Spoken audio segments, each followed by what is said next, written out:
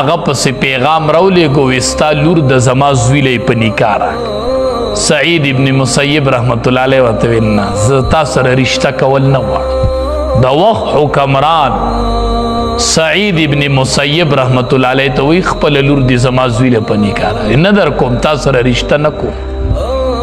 څو ورځې پس یو شاګرد په سبق کې نه و. یو څو ورځې شاګرد نه و سبق عالم و دی.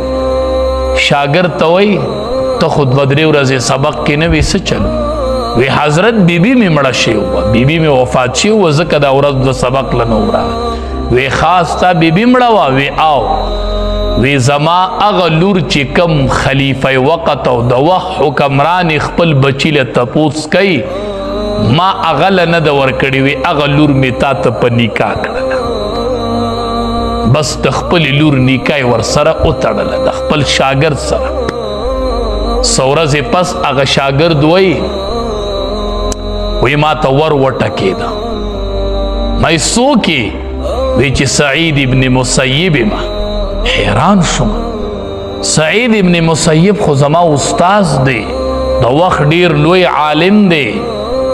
وی چې ورته شوم خپل لوري د مټ نه نیولې وه ما ته وی دا ستا امانت دی او ما دا تا ته حواله کړو داسې به نکاح وه نو که دا نکاحونه په دې طریقه شروع شو ډېره اساني به پیدا نشي د غریبانانو خلقو دا لونه به واده نشي. بعضې روایاتو کې راځي بعضې مفسرین وایي چې دا خبر ورکوونکې د لوط علیه السلام بیبي وه دی ورته اطلاع ورکړې وه چې مونږ کره بیګیرو میلمانه راغلي چې کله دی رالل نو قال اویل لوط علیه السلام ان هؤلاء ضیفی فلا تبضحون دا زما میلمانه دي پس ما مشرموئ.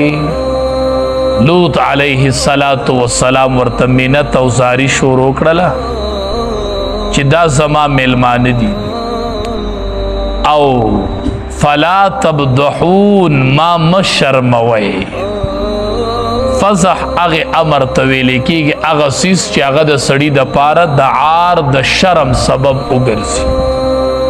نو د میلمه بېعزتي کول دا د میزبان او د کوربه بېعزتي وي.